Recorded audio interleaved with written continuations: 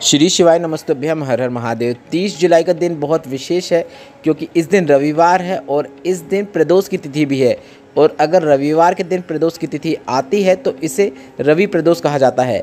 ऐसे में गुरुजी पंडित प्रदीप मिश्रा जी ने कुछ ऐसे उपाय बताए हैं जो कि सिर्फ और सिर्फ रवि प्रदोष के दिन किए जाते हैं, जो कि बहुत विशेष होते हैं, जिन्हें करने से जीवन से परेशानियां तो दूर होती ही हैं पर आपके घर में धन संपदा भी देखने को मिलती है।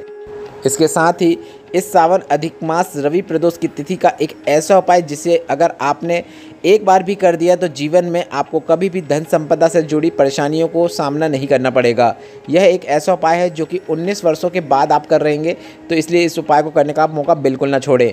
इसलिए इस वीडियो में बताए गए आप सभी पाँचों उपाय को ध्यान से देखें ताकि उपाय करते समय आपसे कोई भी उपयोगी जानकारी ना छूटे। आप चाहो तो पाँचों उपाय कर सकते हैं या फिर अपनी आवश्यकता के अनुसार एक या एक से अधिक उपाय भी कर सकते हैं, जिसे इस सावन के अधिक मास में करके आप अधिक से अधिक लाभ जरूर प्राप्त करें। साथ में रवि प्रदोष का भी महासहयोग बन रहा है। बढ़ते हैं पहले विशेष उपाय की ओर। इस रवि प्रदोष में आप दो चीज़ जरूर करें।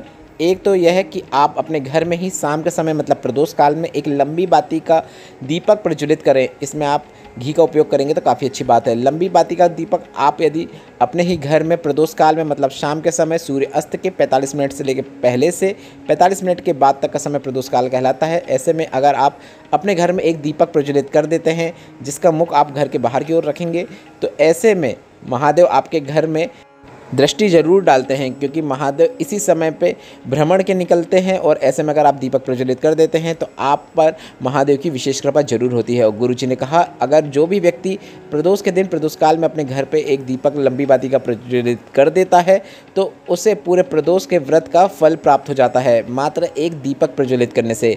साथ ही अगर आप शिवालय जा सकते हैं तो शिवालय में जाकर एक बेलपत्र को जरूर अर्पित करें। इस बेलपत्र की बीच वाली पत्ती में आपको पीला चंदन लगा लेना है और एक अक्षत रख देना है। इसके बाद बेलपत्र को आपको शिवलिंग के ऊपर अर्पित कर देना है। बेलपत्र को शिवलिंग के ऊपर इस प्रकार से अर्पित करें कि जहां से बैठकर आप यह उपाय कर रहे हैं, प्रयोग कर रहे हैं, बेलपत्र की डंडी आपके विपरीत ओर होना चाहिए।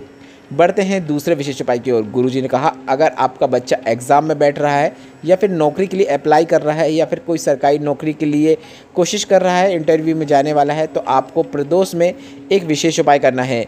बेलपत्र के पेड़ के नीचे जाकर बेलपत्र के पेड़ के नीचे थोड़ा सा आपको जल चढ़ाना है। मतलब आप जो जल कलश में लेके जाएं, थोड़ा सा जल चढ़ाएं, इसके बाद थोड़ा सा दूध चढ़ाएं, इसके बाद फिर थोड़ा सा जल चढ़ाएं, इसके बाद फिर थोड़ा सा दूध चढ़ाएं। इस प्रकार से आप थोड़ा सा जल और थोड़ा सा दूध चढ़ाने के बाद आपको 2 दीपक प्रज्वलित करना है।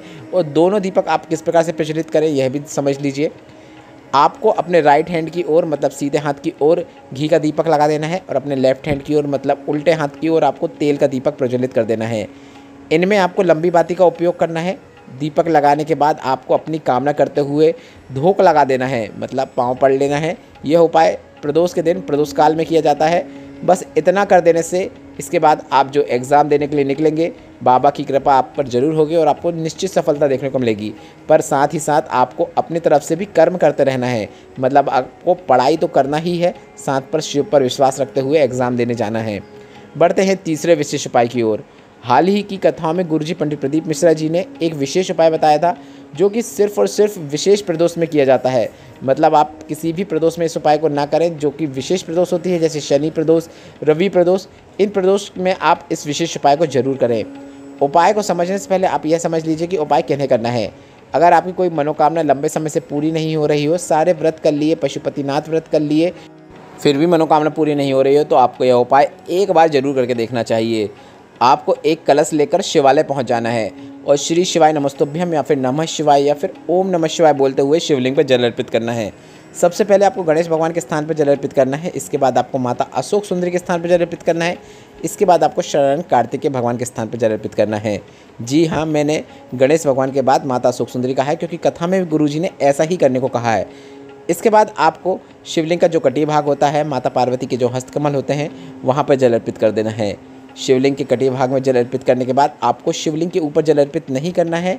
आपको बचा हुआ जल बेलपत्र के पेड़ के नीचे जाकर बेलपत्र के पेड़ की जो जड़ होती है वहाँ पर श्री शिवाय नमस्तुभ्यम बोलते हुए अर्पित कर देना है। बस इतना ही कर देना है। यह उपाय सिर्फ और सिर्फ विशेष प्रदोष में किया जाता है।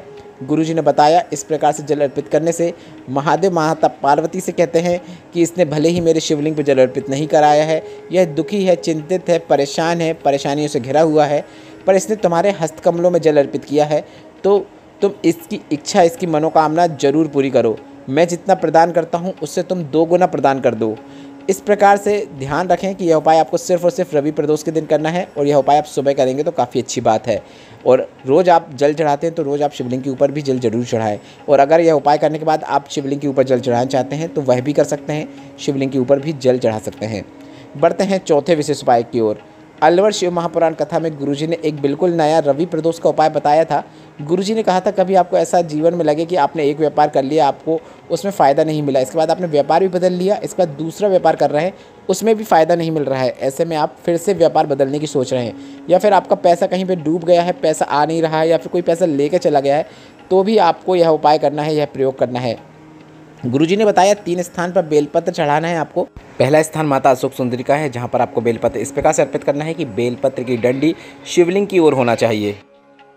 दूसरा स्थान वह है जया विषहरा सामली वाली 2 तली देव बोलते हुए शिवलिंग के ऊपर अगर जलाधारी बंधी हुई है तो वहां पर आपको बेलपत्र को अर्पित कर देना है। और गुरुजी ने कहा, अगर ऊपर शिवलिंग के जलाधारी नहीं बंधी है तो आप जया विषहरा शामली वाली 2 तली देव का नाम लेते हुए शिवलिंग के ऊपर ही दूसरी बेलपत्र को अर्पित कर दे।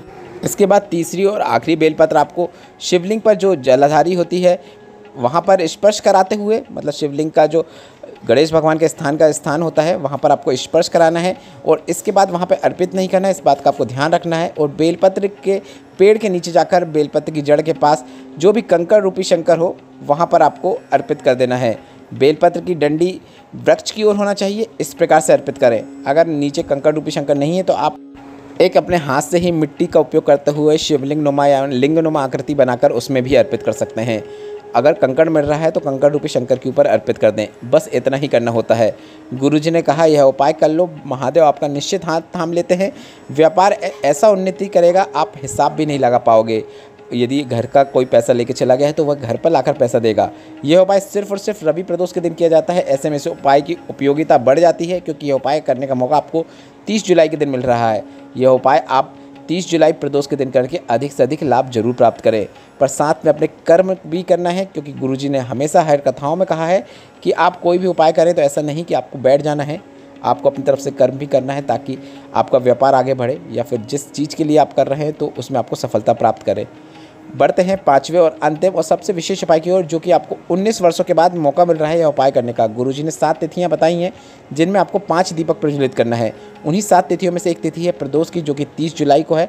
तो आप इस दिन शाम के समय, मतलब प्रदोष काल में, अपने ही घर के मंदिर के सामने जहाँ पे पूजा करते हैं आप, वहाँ पे 5 दीपक रखें, उन्हें प्रज्वलित करें। और दीपावली में आप जैसे घर के बाहर ले जाकर दीपक रख देते हैं, उस प्रकार से 5 दीपक को आप घर के बाहर ले जाकर रख दें। दीपकों में लंबी बाती का उपयोग करना है, घी का उपयोग करना है, इस बात का ध्यान रखें। आप चाहो तो 1 दीपक अपने घर के मंदिर में ही रखे रहने दें, 4 दीपकों को उठाकर घर के बाहर रख दें, जिस प्रकार से आप दीपावली में रखते हैं। यह उपाय करने से जीवन में कभी भी आपको धन संपदा की कमी देखने को नहीं मिलेगी।